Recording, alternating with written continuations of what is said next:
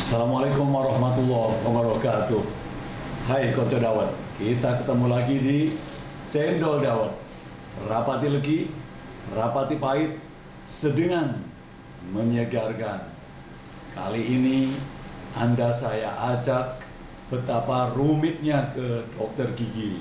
Saya mengalaminya sendiri ketika saya berkunjung ke Dokter Lila Muntadir, dokter gigi Lila Muntadir. Beliau adalah spesialis ortodontis ya, merapikan gigi. Nah, kebetulan keluarga kami, istri, anak-anak, menantu, semuanya ke dokter Lila Muntadir. Sudah bertahun-tahun, sudah puluhan tahun kami menjadi pasien beliau. Nah, kali ini sangat berbeda, rumit. Kalau dulu saya langsung datang bisa, sekarang harus tes dulu. Saya beberapa kali harus tes PCR. Kemudian setelah PCR, saya datang lagi, oh Pak, tes lagi. Nah, saya kemudian yang kedua, yang berikutnya disuruh tes antigen ya. Yeah. Antigen. Nah, begitu juga istri saya, begitu juga anak-anak saya. Jadi ribet. Ya. Mengapa ribet, dokter? Ya, terima kasih atas waktunya. Jadi memang kalau tindakan gigi itu sangat rawan karena pasien diminta untuk membuka mulut. Padahal mulut itu sumber aerosol dari seseorang. Sehingga kalau tindakan gigi, misalnya yang membutuhkan perawatan yang lebih serius seperti cabut gigi, pembersihan karang gigi, atau memasang bracket yang butuh waktu lama, itu kita mewajibkan untuk tes PCR. Jadi Pak Ali dan keluarga beberapa kali kalau ke sini, kemudian kami tim bedah mulutnya juga mau cabut gigi, beliaunya harus bersedia untuk tes PCR. Walaupun tes PCR itu nggak nyaman.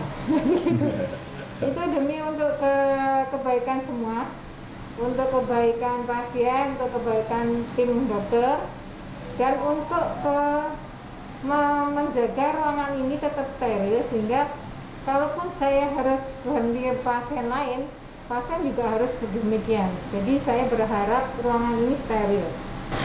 Anak saya komplain, anak saya yang pertama mau datang ke dokter Lila, tetapi masih belum boleh karena batuk-batuk.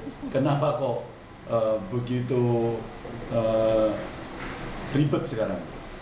Ya, mohon maaf, di depan ruang tunggu dan setiap pasien itu biasanya sudah saya beri seperti leaflet, semacam pemberitahuan bahwa saya jam praktek juga harus janjian. Kemudian di situ disebutkan juga bahwa harus paling enggak itu dia 14 hari tidak kontak dengan orang yang positif COVID. Kemudian tidak ada riwayat batuk, tidak ada riwayat pilek, tidak ada sedang diare. Jadi pada saat berkunjung sini memang tidak boleh batuk, tidak boleh pilek, tidak boleh diare. Itu syaratnya. Sekalipun belum tentu setiap orang yang batuk itu mungkin bukan COVID, tetapi dengan batuk itu paling enggak dia sedang ada gangguan pernafasan, sehingga dia pasti sering batuk-batuk sehingga mengeluarkan aerosol lebih banyak. Alasannya itu Pak Ali. Kemudian juga kita khawatirnya karena sekarang lagi pandemi masih tinggi, khawatirnya dia juga masih membawa virus yang lain walaupun belum tentu virus COVID. Jadi sekarang lebih mementingkan safety first ketimbang menerima pasien yang masif, yang banyak ya. Misalnya tadi dokter Lina bercerita tidak bisa lagi pagi, sore, malam membuka ya. Betul, dan mohon maaf memang sekarang ini kita jam praktek itu terbatas. Kalau saya sudah praktek pagi, kemungkinan besar untuk siang dan malam sudah enggak. Kemudian juga kita itu persiapannya banyak. Jadi kita itu sebelum masuk klinik, kalau dulu kita habis makan langsung masuk gitu enak. Sekarang betul-betul kita harus sudah makan, sudah dituntaskan BAK dan buang air besar dan buang air kecil harus sudah selesai. Karena begitu kita masuk ke sini, itu kita harus siap mental untuk 6 jam di sini atau 7 jam itu tidak boleh haus. nggak boleh kebelet pipis, nggak boleh, harus bisa nahan itu semua, sehingga kalau urusan itu sudah selesai, klinis sudah selesai, baru kita langsung mandi, keramas, ganti baju. Dan memang sehingga dari situ dulu awal-awal kami pakai masker itu seperti mual, kayak muntah gitu karena hipoksia namanya, kekurangan oksigen. Awal-awal itu pakai masker 6 jam, berbutan gini sumuk semua, berkeringat deras gitu, tapi lama-lama adaptasi. Sehingga tenaga kita memang lebih berkuras, bahkan berat badan saya itu turun. Awal-awal COVID itu berat badan saya turun bisa sampai 6 kilo, 7 kilo. Itu malah bagus ya? Ya bagus, seperti sauna. Ya, kita di putih gini keringetnya itu keluar seperti sauna. Ya. Jadi memang ekstra baik pasien maupun kami itu persiapannya sebelum dan sesudah berkunjung juga kita perketat, kita perjelas. Mungkin bisa dilihat di depan itu ada lihat yang aturannya. Jadi saya dibuat sedemikian rupa untuk prioritasnya keselamatan untuk kesemuanya, ya.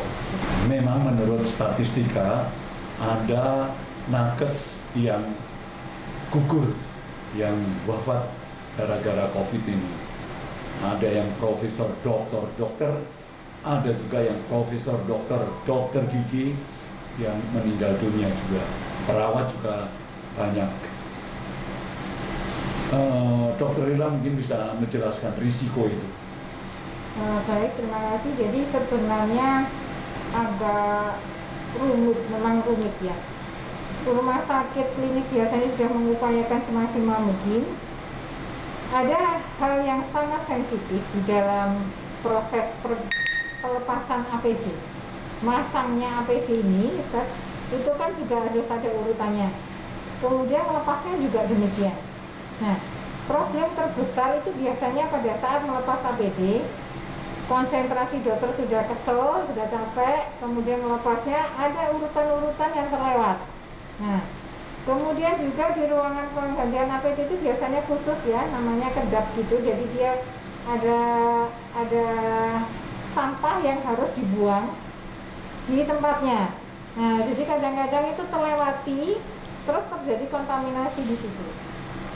Kedua, yang paling utama adalah biasanya dokter-dokter ini capek. Jadi karena kita sudah pakai APD seperti ini, kemudian konsentrasinya sudah begitu, lihat pasien itu sudah pasien-pasien yang katakanlah dalam tanda petik kritis atau jelek gitu ya. Jadi terproses itu pikirannya dan tenaganya, kemudian lelah, terus pulang itu kan kita tidak bisa langsung bisa makan, minum di rumah sakit. Kalau dulu gitu, dokter-dokter lapar langsung ke kantin, selesai urusan lapar.